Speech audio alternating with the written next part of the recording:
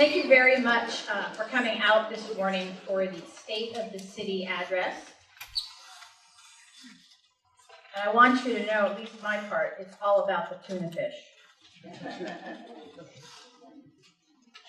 I'm Ruth Arista, an Edmonds resident and a local shop owner, and it's indeed my pleasure to be here at Mayor Dave Earling's 2016 State of the City address. Recently, on a flight from Portland, I was flipping through the Alaska magazine and came across an Edmonds face, and I just had to grin. There was an Edmonds friend's twinkling brown eyes looking out from the photo. Actually, it was a local dog, and his name was Clark Kent Fine. Of course, here, in a magazine, in an ad for a local tech company called Fine Solutions, there would be an Edmonds grin, in a way. Our community has, sorry.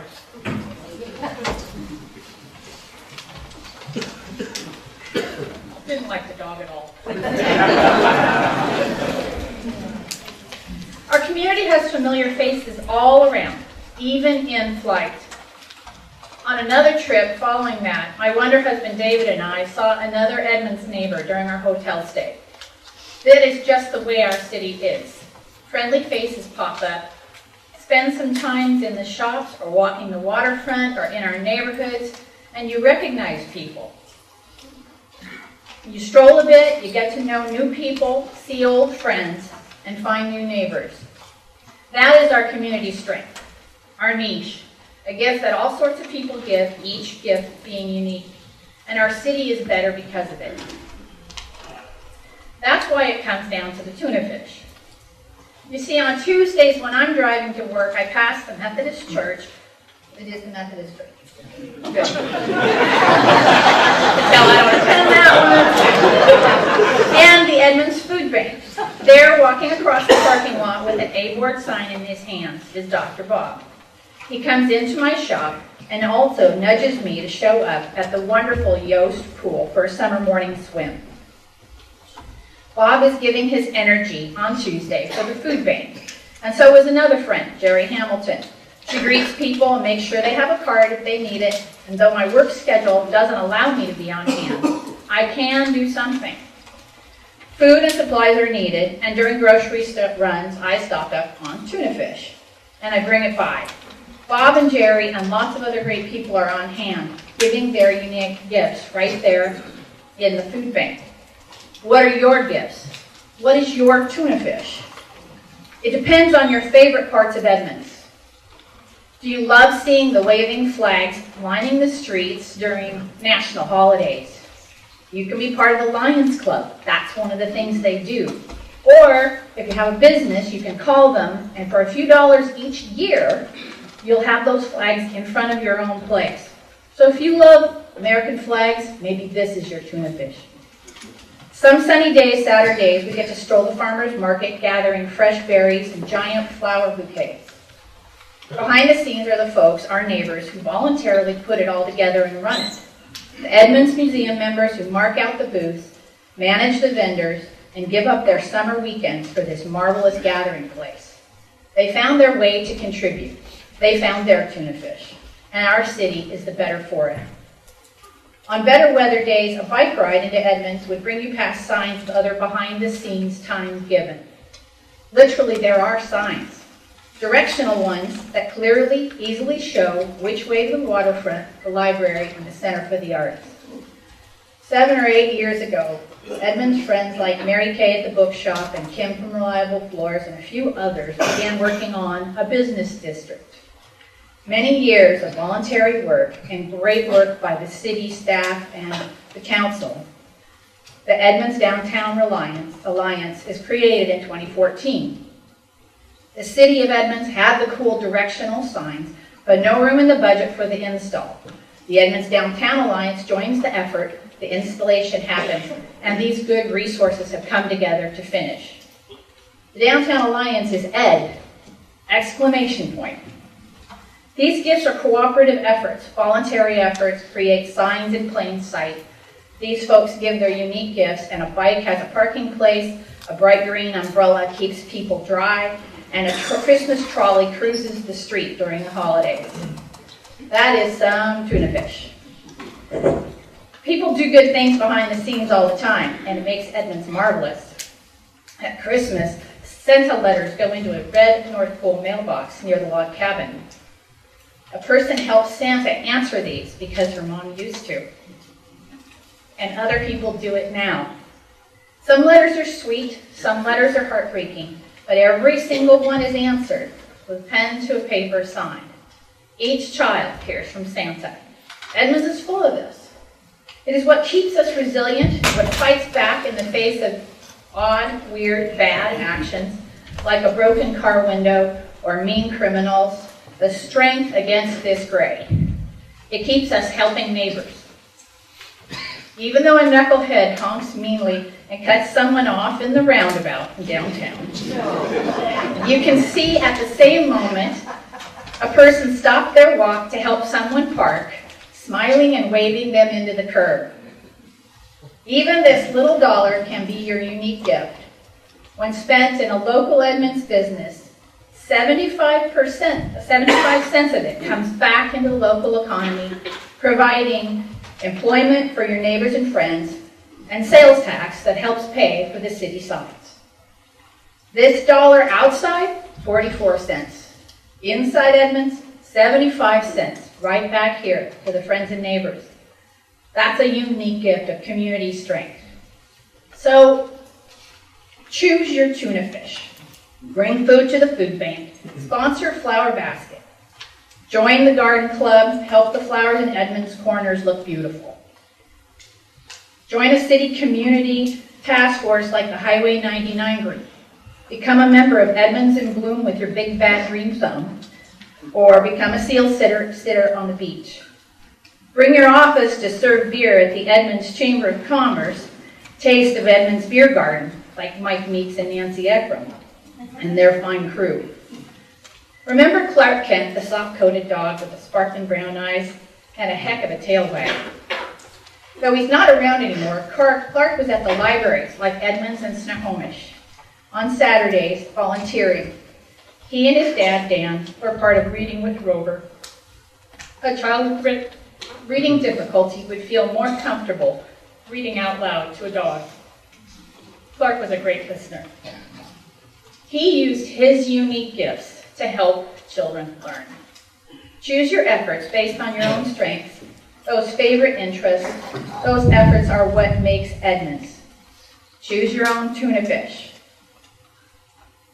At this time, I'm pleased to introduce Pastor Barry Crane. Barry's the senior pastor of Northstown Church, right over here on 4th Avenue.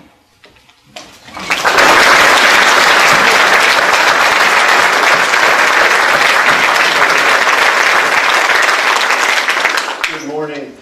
Don't you hate it when the guy steps to the podium and doesn't have any notes and you think it's going to be short, and then he reaches in his pocket and pulls out his notes. Thank you, Mayor Dave, for the privilege of sharing here this morning. It's great to be with you all, and I'm delighted to have this opportunity. I was a little surprised when Mayor Dave called me, however, and asked a pastor to speak at a gathering like this. As you might imagine, it's a big risk to ask a pastor. We're kind of scary people. I told him that I was only planning to do a sermon and then take up a collection, so stand by. Pastors are scary people. I don't know if you remember H.L. Mencken's comments regarding the Puritans, but he said that they were worried about the fact, he said they were haunted by the idea that somebody somewhere was happy. Sometimes we feel that pastors can be that way as well. Well, our grand opening service of Northstown Church was celebrated on February 15th, 2004. So that's about 12 years ago now. We're almost at the anniversary. And we inherited the Little White Church, as Ruth mentioned, just down the street. And have been blessed in that setting, and just recently was able to purchase the Edmonds Conference Center as an additional worship and ministry space. The mission of our church is very simple. It's a very simple mission, and that simple mission is to help change lives for the better. That's what we're all about. That's what we seek to do in the context of this community. From the very beginning, we've had a perspective that comes... Hi, Dave. Oh, thank you. This is Councilman Dave Heitzel with a note. It must be important news. It says, Rick Steves has just accepted the position of Washington State Chair for the Donald Trump for President.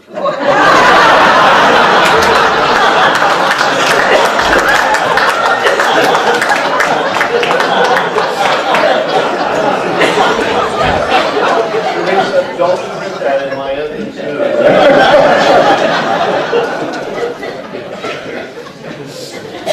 Prophet Jeremiah in the Hebrew Scriptures, or the Christian Old Testament, says these words. He says, "Seek the peace and prosperity of the city. Pray to the Lord for it, because if it prospers, you too will prosper." And that has been a key emphasis of North Sound Church during the time that we have been able to serve in the context of Edmonds. Well, if you haven't noticed, we are in an election year. And regardless of party affiliation, I think sometimes people think that the answer to prosperity for our city comes through getting the right individual elected as our president. But I think history has shown, and as a general rule, that this is not the case. And so how do we find peace and prosperity for our city? I want to suggest this morning that we do it by looking in the mirror. What makes a prosperous city? Prosperity includes certainly a strong, vital business community. It includes, for that reason, a strong tax base. But there is so much more. I don't know if some of you are familiar with the work of Eric Kinnenberg, but he wrote a book some years ago called Heat Wave, and it was looking at two cities in Chicago. These were both cities on the south side of Chicago.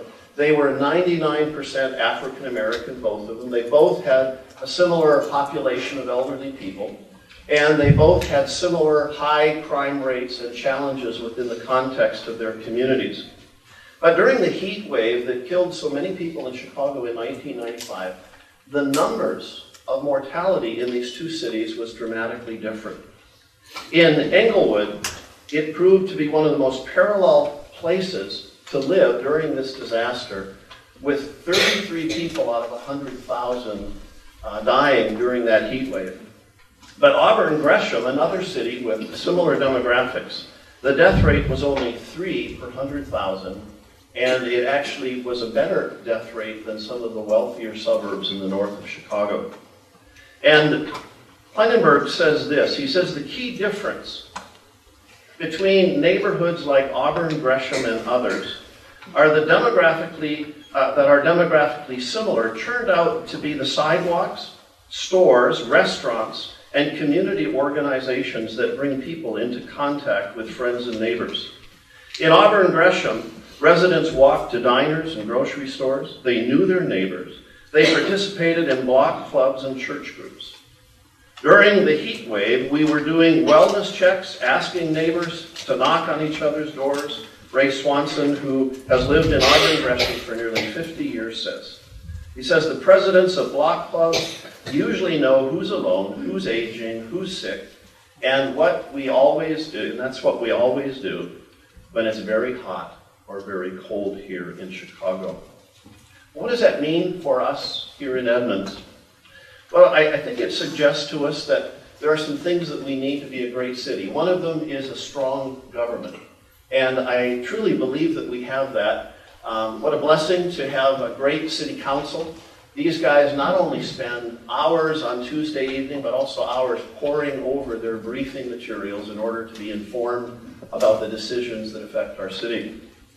I have been delighted to come to know Mayor Dave and to appreciate the integrity of leadership that he has and the amazing staff that he has been able to develop at City Hall that have made this such an incredible city, a well-run city.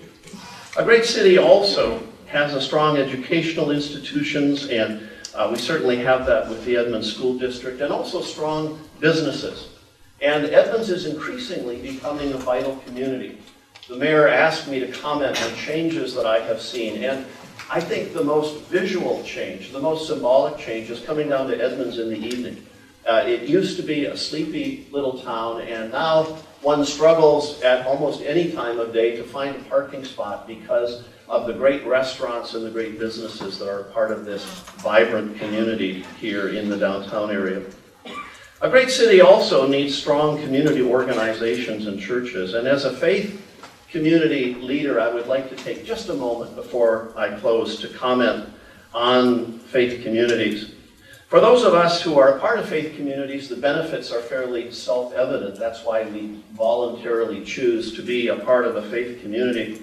But let me offer a quick perspective for maybe some of you who maybe have not chosen to engage. How does one put a number on a faith community? How does one evaluate a faith community? How do you evaluate a marriage saved, a suicide that is averted, a family that's supported, a teenager that's taught right from wrong? How do you put a monetary value on that? Interestingly, some folks in Philadelphia, led by a professor at the University of Pennsylvania, did a study in Pennsylvania of the value of churches in the community. They did some interesting things. They added up the money generated by weddings and funerals, festivals, counseling programs, preschools, elder care. They added the salaries of staff. They even measured the circumference of trees on the church property. And they looked at 12 congregations, 10 Protestant churches, 1 Catholic church, 1 synagogue. And the grand total of the annual wealth of the community from these 12 congregations was $50,577,098 in annual economic benefits. In our unique role as faith communities, we seek to provide for the spiritual welfare of the community, but we also provide the kind of connectedness that Eric Klingenberg talked about in his book, Heatwave. And I just want to, again, conclude by sharing with you the fact that at North Sound, many of our ministries, many of the focuses of things that we do is around this connectedness, is of providing value to our community, regardless of whether one is a part of our faith group or not. One of the most exciting things that's being developed recently with our congregation and others in Edmonds is the community emergency response teams that are taking, in cooperation with Fire District 1, are taking into congregations this whole idea of connectedness in neighborhoods for times of need. A wonderful positive change in our community also has been the way that churches are coming together. We have 10 churches that pastors gather regularly and support one another and pray for the spiritual welfare of our city. When the mudslide happened in Oso, these 10 congregations raised from among themselves over $100,000 for relief for the folks in Oso. We are delighted to be a part of this community. I was reminded, as I close, Mayor Dave, I was reminded of Hillary Clinton's comments years ago when she said it takes a village to provide for the welfare of children. And I want to suggest this morning that it takes all of us, government, educators, business, and indeed community organizations and faith communities to make that village. In the language of Jim Collins, we have a good city. But if we want to have a great city, we probably shouldn't wait for a solution to come from the other Washington. But we need to find it rather as each one of us looks in the mirror and invests in our neighborhoods and our networks. And then we will develop the kind of social fabric that will be strong in good times and so necessary in bad times. Thank you very much.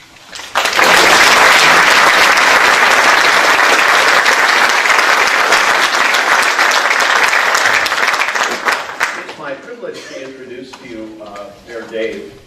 It has been my delight to get to know him and Susan and their love for this community that we call home. I watched Mayor Dave over this first term of office very closely. And there are 3 things in particular that I want to comment on very briefly. One is the fact of his professionalism in his roles. I am amazed at his executive capabilities, at how well he runs City Hall, how well he works in the context of the governance of our city and with City Council. as a true professional in all of those relationships. The second thing I've noticed is the old-fashioned value of public service. Dave could be enjoying the sunshine of Arizona or California or Hawaii, but he has really given himself in this season of his life to truly serve each one of us, to see to the welfare of each one of us that call Edmonds home. And then finally, I have appreciated Dave and Susan's genuine care for the community that moves beyond professionalism, it moves beyond an office of public service. But it is involved in the lives of each one of us as he cares deeply about the welfare of our city as a whole and each one of us as individuals. Will you join me in welcoming Mayor Dave Earling?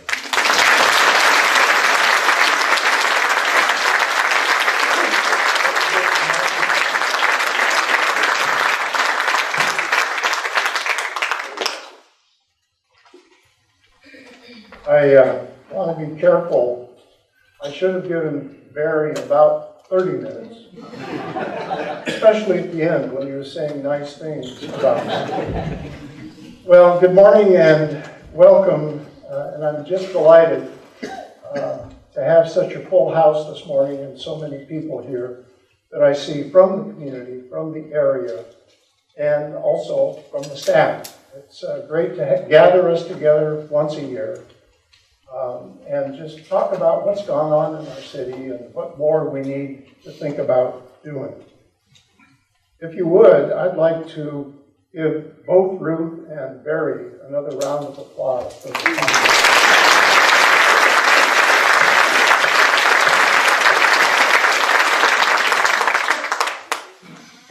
I was going to introduce a whole bunch of people today, but I don't think I will. But I am going to introduce someone who likes to keep quiet in my life. Doesn't like so much being in the public eye. If I come today, I'm going to have her be in the public eye. And Susan, I know you're here. If you would stand up, and I think she's in the back, would you please recognize her?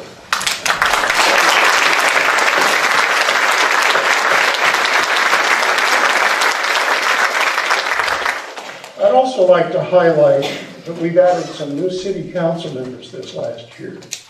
Neil Tippett and Dave Teitzel won election in November. Additionally, Mike Nelson and Thomas Sarles, who were both appointed since the last municipal election, were elected. And of course, Diane Bucksness, who was on the council, was re-elected. We have two that weren't standing for election, but their time is coming here in a couple of years. And that's Adrian Fraley-Manias and Christiana Johnson. I know we have several of them here today. Would you please stand and let us recognize you?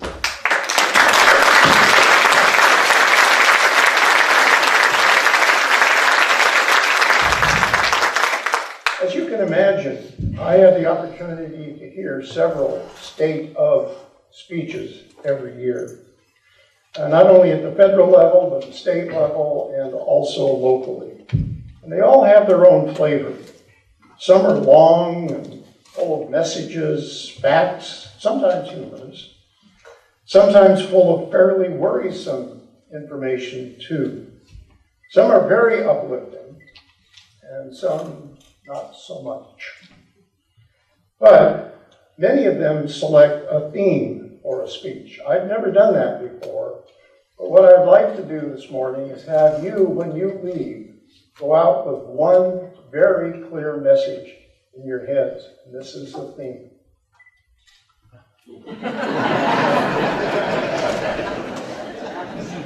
We ain't Edmonds anymore, folks, and you all need to remember that. We have really evolved, I think, in a very positive way in the last 10 or 20 years.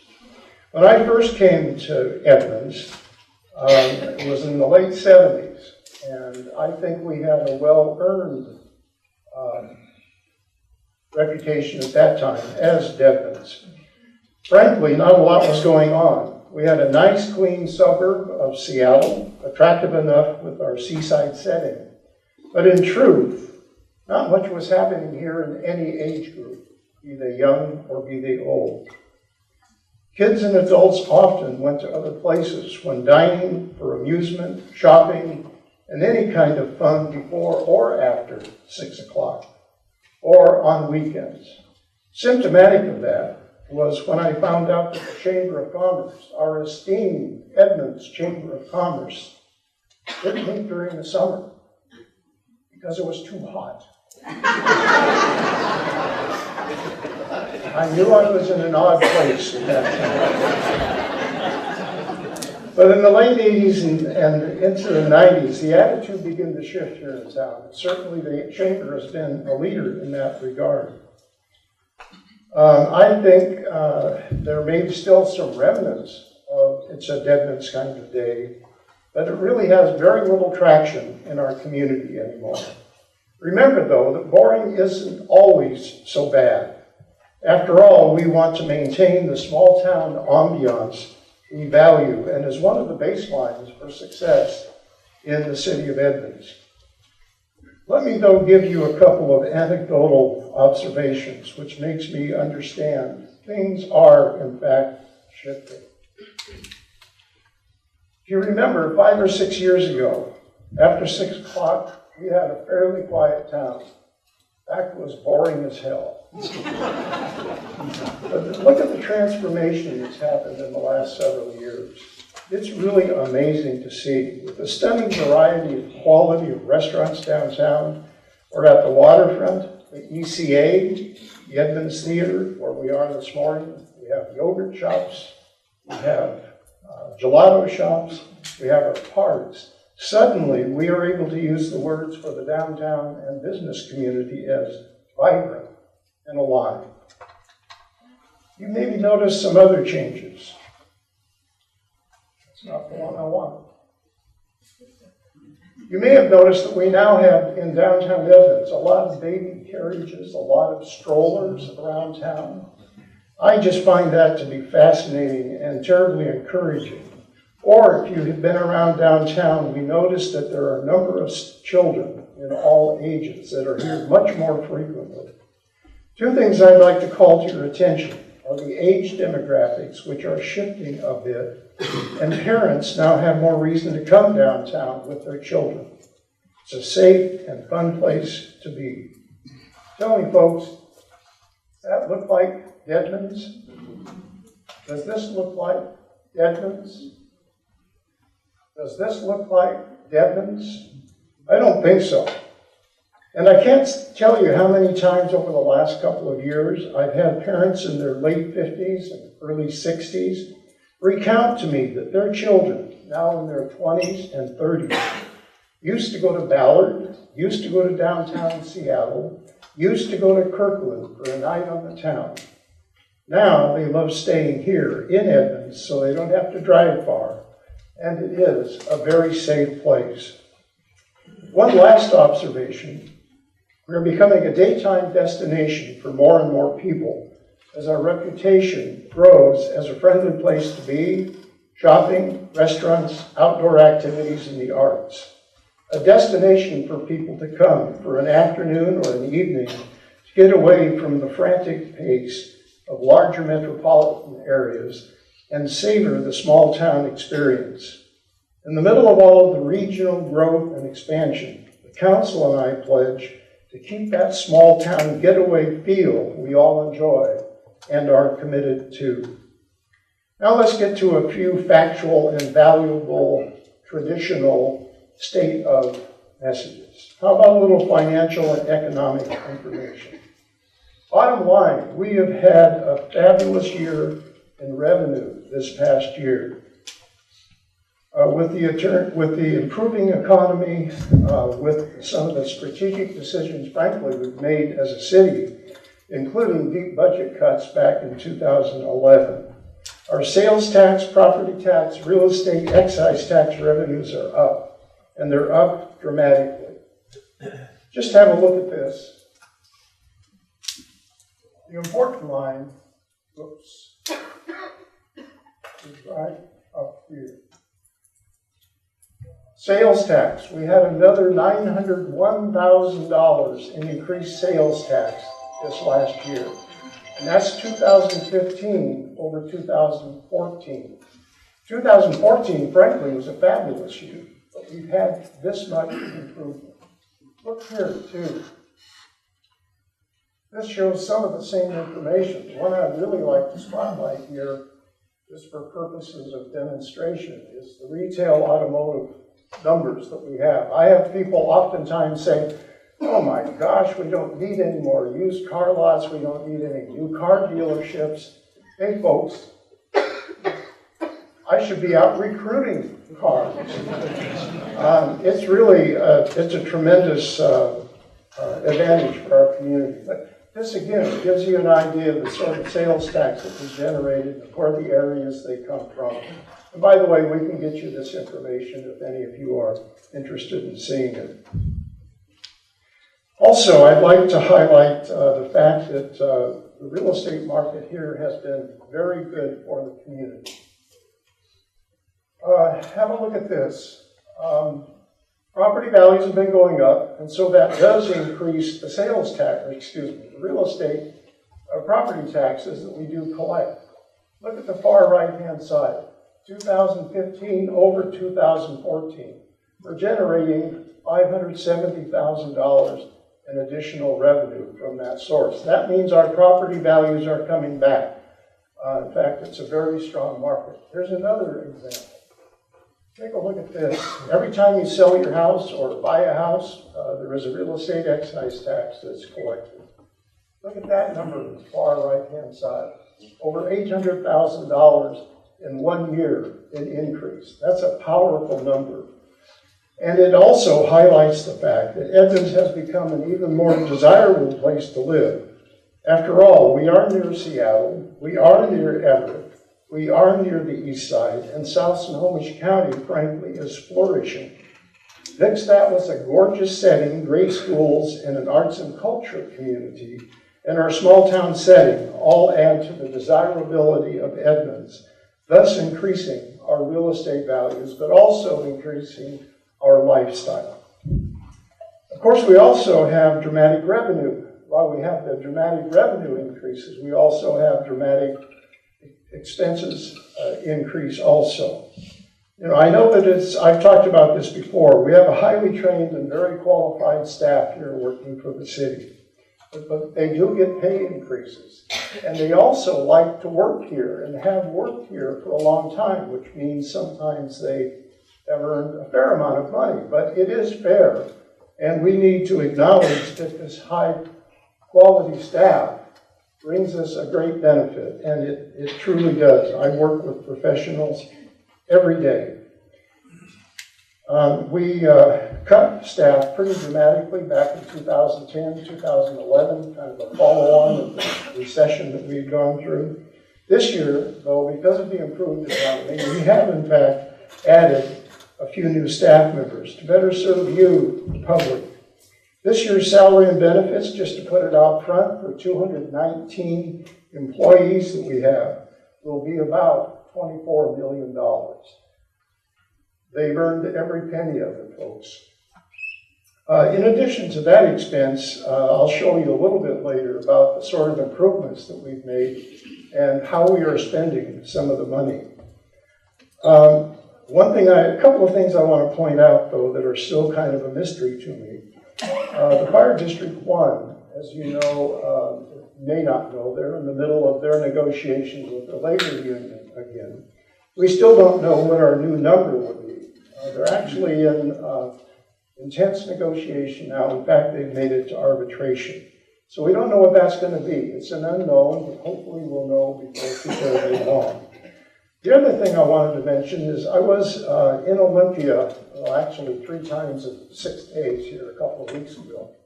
I heard a really interesting and I think valuable presentation by the director of the Office of Financial Management. His first message was the good news. Our tax base has moved higher, the income is better. The bad news is it's not nearly as high as we thought it would be. That mixed in with what's coming in 2017 legislative session, when they'll actually take another serious attempt That's solving the McCleary decision, the education decision. That gives me great cause. He was very worried about that and the kind of impact it might have, not only at the state, but we do get some funds from the state, and that would begin to sweep away some of the improvements that we've made. So I usually name my budget year just a bit from conservative to cautious to guardedly optimistic. Well, we're in the middle of what I call the guardedly optimistic year. I'm going to be back, I think, to cautious when we start looking at 2017. It's just a reality you've got to try and think ahead of, and we're trying to do that. Okay, let's quickly run through some of our major successes, projects, and challenges in 2015 and coming in 2016. How many of you, without being sick, have had a chance to go up to Swedish hospital? You need to go up and have a look. When Swedish came into town, they gave us a list of what they were going to do, and they're walking their talk, folks. They've added this 77,000 square foot, I call it a community center, but it also has a brand new emergency facility area. It's fabulous. They've also, 2 years ago, opened their cancer center. They built a parking garage. They're walking their talk, and they've added great value, health-wise and other ways, to the community. How about this one? I thought that big box was never going to get full, but I'm terribly glad the Winco is there. How many of you have been to the Winco Foods place? It's astounding. You may want to find out why the parking lot is always full. It's because there's tons of people in there. Yes, they do have good prices. I need to disclose that. But it's an amazing dynamic. You need to go have a look at it so you'll understand the value that that particular store brings to the community. With the better economy that we're in, we've also had increased construction in our community. One of the real valuable pieces that I see under construction now is down on 2nd Avenue, just in back of the post office. This will be 43 new units. This will be, 14,000 square feet of commercial space. When they complete this project at some point in the future, they will also add another 22 units in the current post office site and provide more commercial space. It's going to be a fabulous facility and one that will add great value to our community. We've also had kind of an explosion for us, new single-family construction. Back in 2012, we had a grand total of 23 new housing starts. 23 in a city of 40,000. Not very much, folks. Last year we had over 40. This year I think we're looking at 53 or 56 new housing starts in the community. So we still have small pieces of developable land that builders are coming in to do work on. Our second floor, the development services engineering area, has just been terribly busy for the last couple of years. Pretty exciting stuff for them. One of the things that's a challenge for us and we need to think about is Highway 99. We are in the process of doing what's called a sub-area plan. We actually had the first presentation of the consultant this last Tuesday, and you talk about spectacular vision they think they can create. Stop and think about it. If you come up through Shoreline, it's pretty well themed now so that it feels sort of cohesive. We need to take steps to do that here in our community. We have fabulous car dealerships there. The International District is flourishing, and of course at the north end we've got the Swedish hospital. So we've got anchors all the way through there, but we need to be able to develop some consistency, and that's what bringing in this consultant will do for us, hopefully. I also want to mention another challenge that we're in the middle of, and that has to do with the Agri process. Many of you know that we formed a task force here last fall to take a hard look with the principal players, BNSF, the Port, City of Edmonds, the state have all put together about $700,000 for the analysis that's currently going on to begin to address how we can make a more safe place for ferries, for trains, people, buses, cars. We've got to figure that out. And the results of this work should come forward in the end of, well, actually in fall of this year. This gives you another look at it. You can just see what the problem is here. We have the ferry, we have the train. It's a freight train, so it's probably 7 minutes going through. And then you can see on your far left the lineup of cars. We have to solve the problem, and that's what we hope we'll be able to at least find out what the potential answer is with the alternatives analysis that we're doing. We've also got, I think, another great success coming this year. For years, we have people walking through town who are visiting our town, or the people that live here, and they say, "Where's the public restroom?" A little bit of a hum in the audience, but it's been a problem. The business owners get frustrated with all of the people coming in asking for a restroom. Well, folks, for this next year, by the end of the year, we hope to have in place a public restroom. It will be at the south end of City Hall in a parking lot there. We have an early design of the building, and I'd like to share it with you this morning.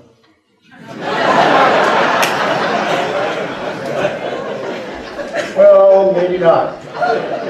But this does, I think, give you a bit better idea. Conceptual, it's certainly not necessarily what it will look like. But that's a high priority for me and a high priority for the staff, that we can provide a facility like this for the community. You know, one of the things that we all need to celebrate, and we can celebrate it this morning, is last Tuesday, 2 days ago, in the afternoon, there was a recording made at the Snohomish County Courthouse. We now own the Civic Field. And you need to give yourself a round of applause.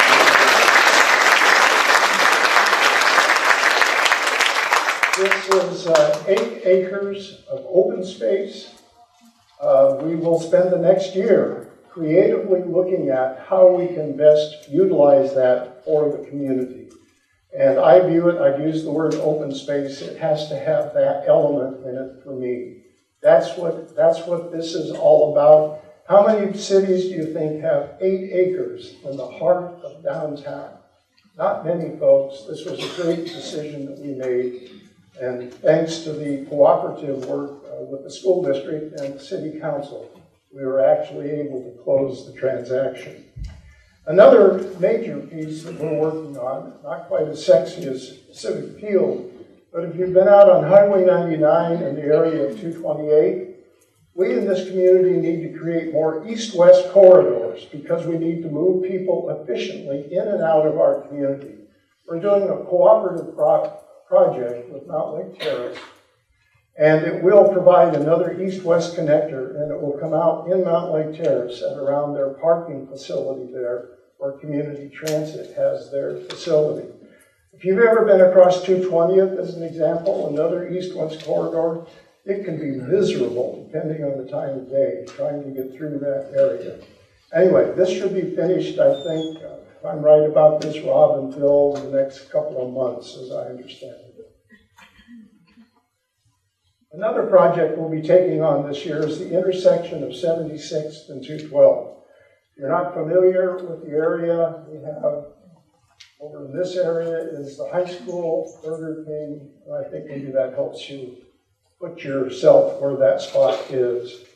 It'll be a great improvement. We have terrible congestion there at certain times during the day, and we need to free up the movement of people in that area. Also, while we're talking about 76 and 212, if you've had a chance to drive by just north of the Burger King, there is a new assisted living center been built there.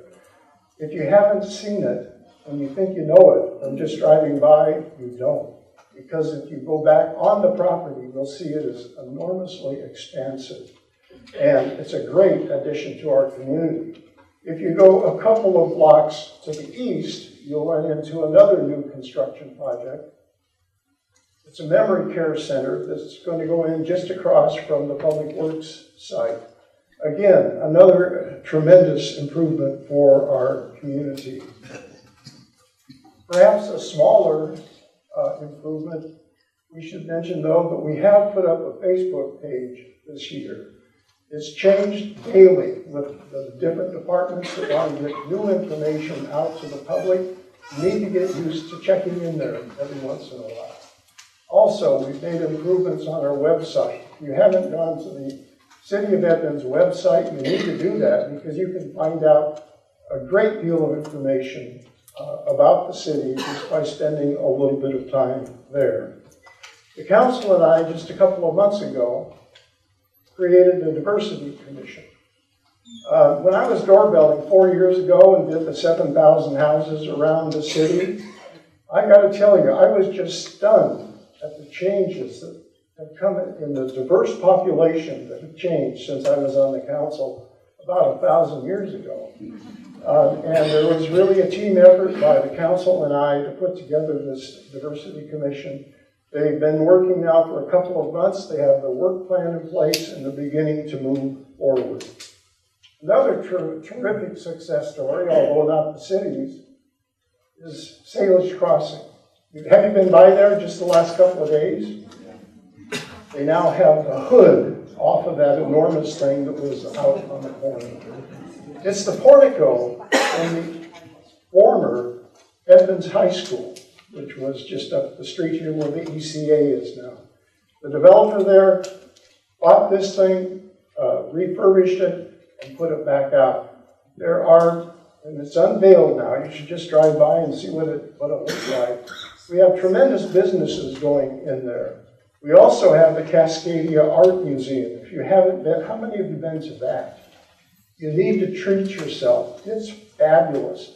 We will gain a Northwest and West Coast reputation from this very positive addition to our arts community. Go have a look at it. The last improvement I just want to mention is one that we have to wait for a little warmer weather for. We've completed the spray pad, which will be part of the city park. And now adults can go to this too, as I understand it. So you can go down, put on your swimsuits and run through it. But of course it is really for the kids. And I'm so excited to see this. And it will be, again, another amenity that enriches the Edmonds experience.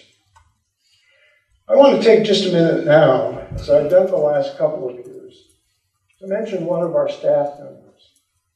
And this person has no idea that I'm going to introduce them today. So I'm going to embarrass the hell out of them. How many staff members do we have here? I'll be sure and embarrass each of you in the coming weeks. This particular person, just to give you an idea, when he was hired by the City of Edmonds, he was earning $602 a month. Does that tell you it may have been a while back? This person has been with the City of Edmonds for 34 years. He is a person that works in the parks area. He's now the manager of the personnel that keep our parks up. He's a friendly guy. If you ever make a call to him, you'll find this really warm, engaging person. And I hope I'm embarrassing the hell out of you. Rich Lindsay, would you please stand up?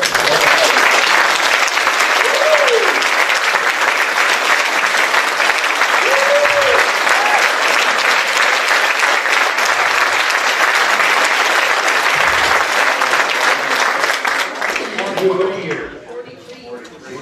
43 years old. Yeah. What's 10 years? Probably seems like 53 to him. You may have wondered why his daughter was here this morning. I clued her in. And we're actually going to show some of her photos here just in a few minutes. Okay, folks, we got one last topic we need to spend a little time on this morning, and this is serious stuff. After all, most of our upbeat news this morning, I need to let you know, going out the door, that there's some things that you need to begin thinking about. The reality of the rapidly changing demographics in our state, in the region, our county, and the city needs to get our attention on a number of fronts. One of the things we pride ourselves here in this community is that it is a very livable community. Starting back in 1890, I'm sure they were worried about keeping the streets clean and all the rest of it too. But as we've grown over time, one of the mainstays of what we've done with this community is make it feel livable and vibrant. In these changing times, I need to give you some sort of baseline information that I've learned here in the last few months. We currently have a population in the state of Washington of about 7 million people.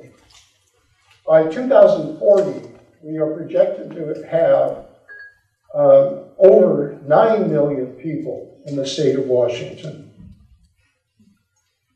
The regional council, the Puget Sound Regional Council, PSRC, forecasts that our region is expected to grow from about 3,800,000 to over 5 million in the next several years. 2035, I think, is what that projection is to.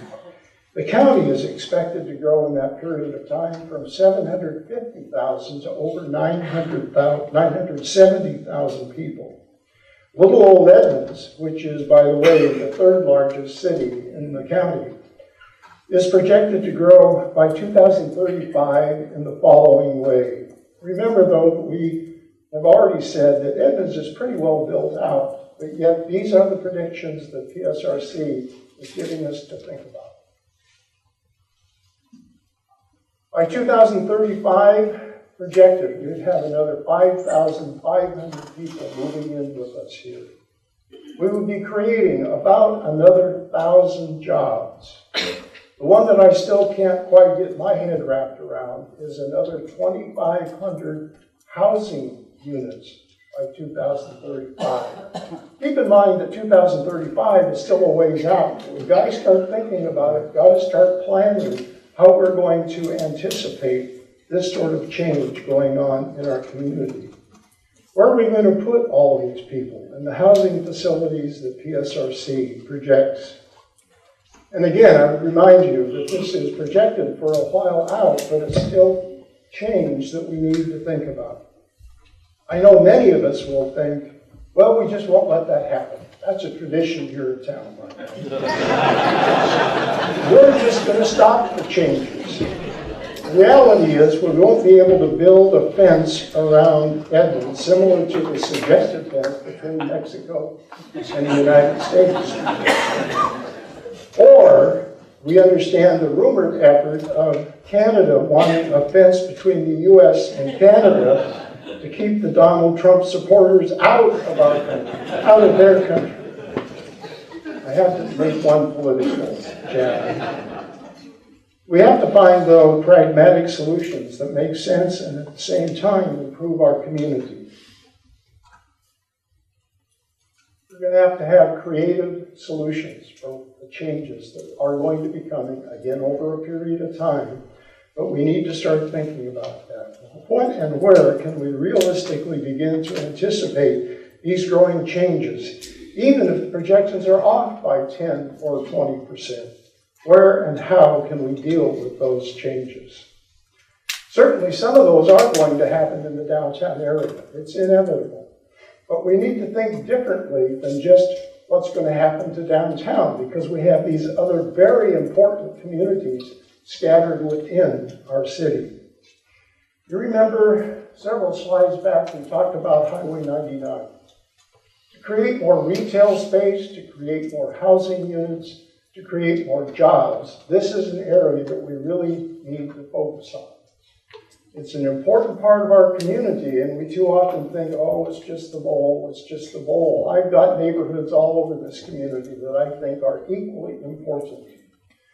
The sub-area plan that we're going through now will make a lot of suggested changes, which is great. We get to the end of the year, that plan is done. And I should tell you, as part of the transportation package that was passed by the legislature last year, there's a $10 million amount for improving Highway 99. The only problem is the schedule, and they've got to figure out how to pay for these over 16 years. We're not supposed to get to the money for additional 6 years.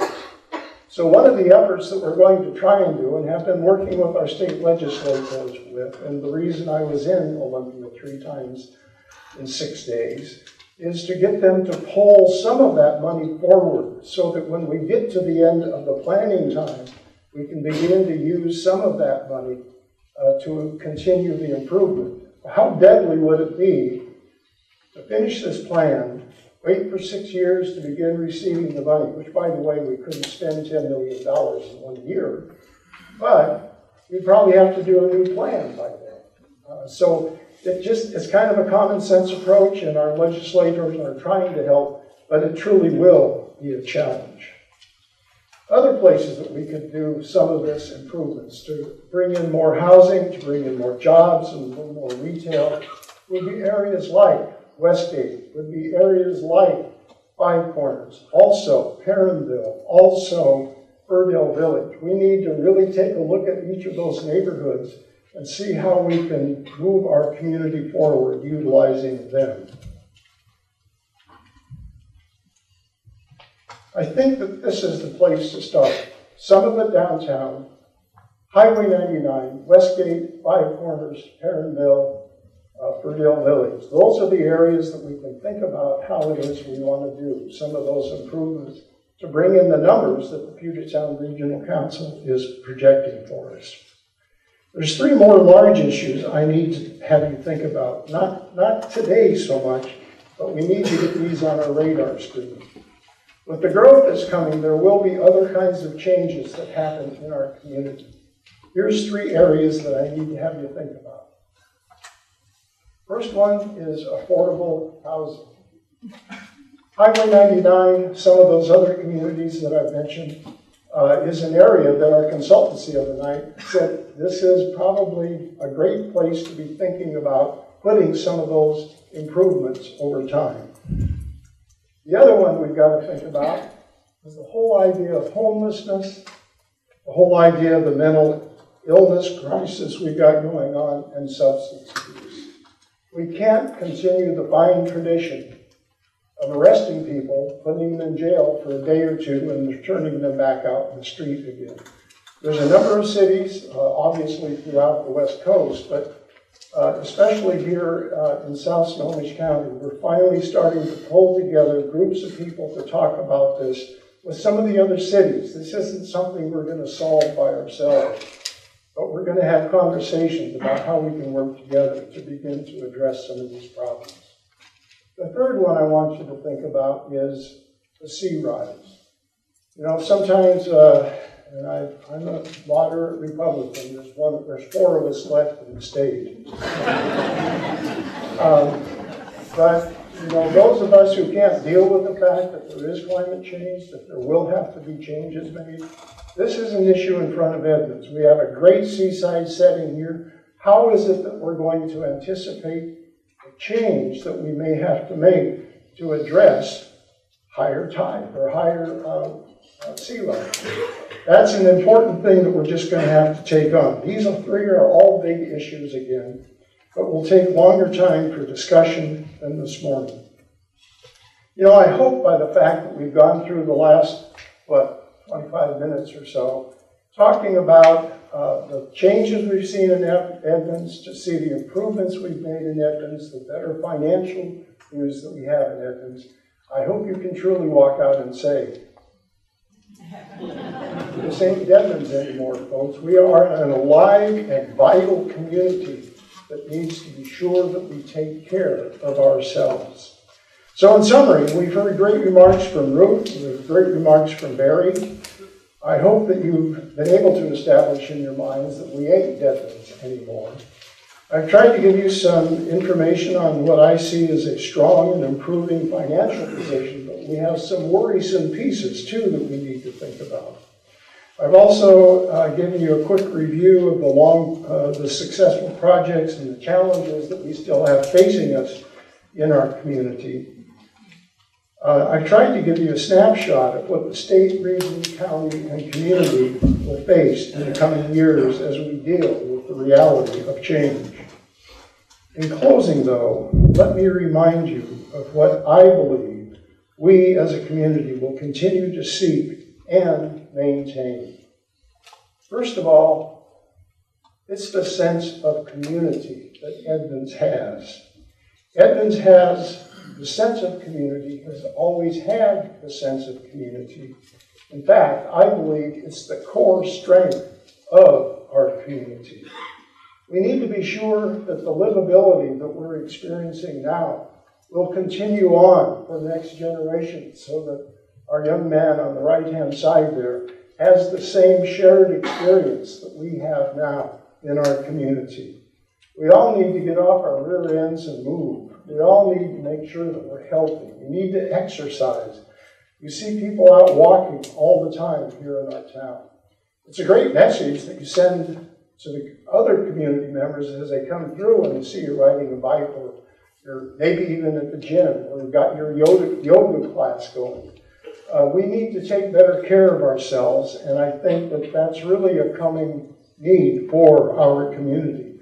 I love this slide. Walkability. We need to have walkable neighborhoods. Downtown, that's our specialty. We can walk any place. It's very comfortable. It's safe to be at almost any time of the day. But we can do the same thing in other neighborhoods in the community. Develop those walkability pieces as we can have on Highway 99, the Westgate, Five Corners, and so on. We need to start thinking about transportation differently too with that growth coming. How are we going to move around the region? We have the commuter trains that take people to work in Seattle and bring them home in the evening.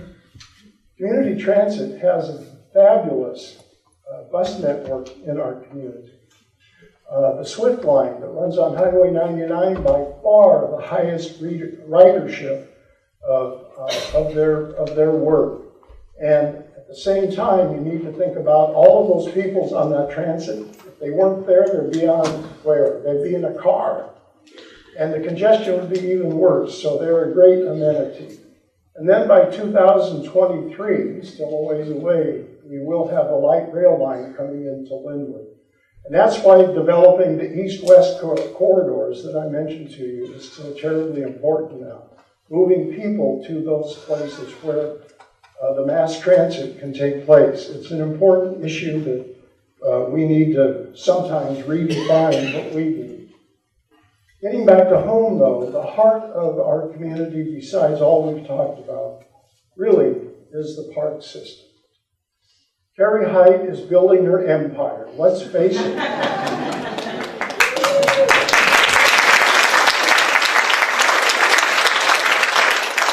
The purchase of Civic Field didn't get by Carrie. She understood what we were doing. In fact, she did a great job in helping facilitate that purchase.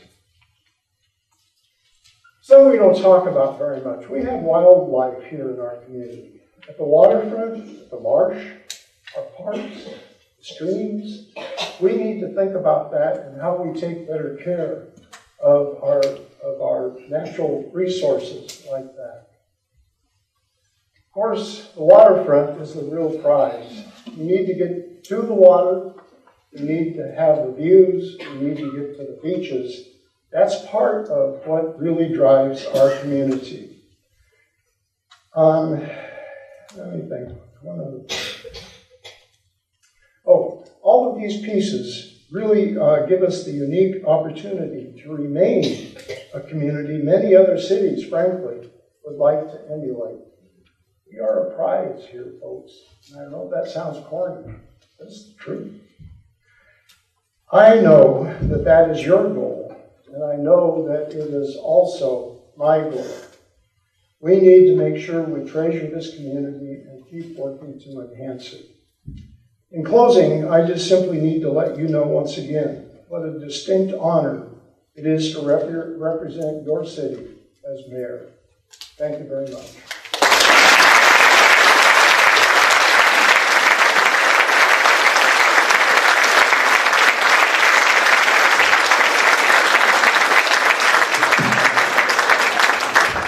Thank you, everybody. That concludes our State of the City address. and really appreciate everybody's attendance this morning on the Thursday. Have a great day.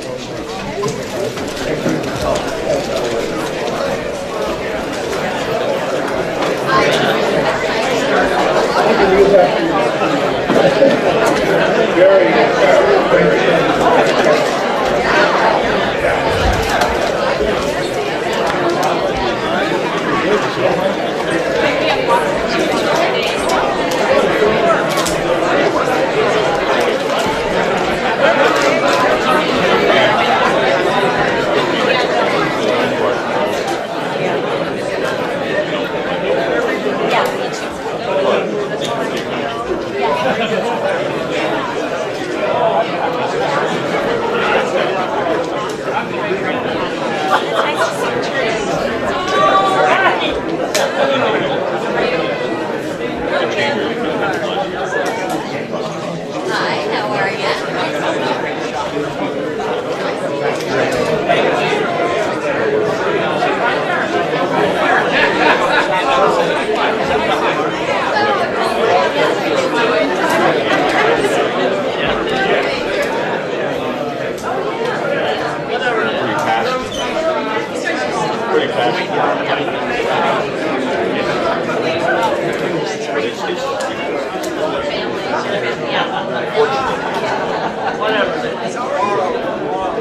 Whatever.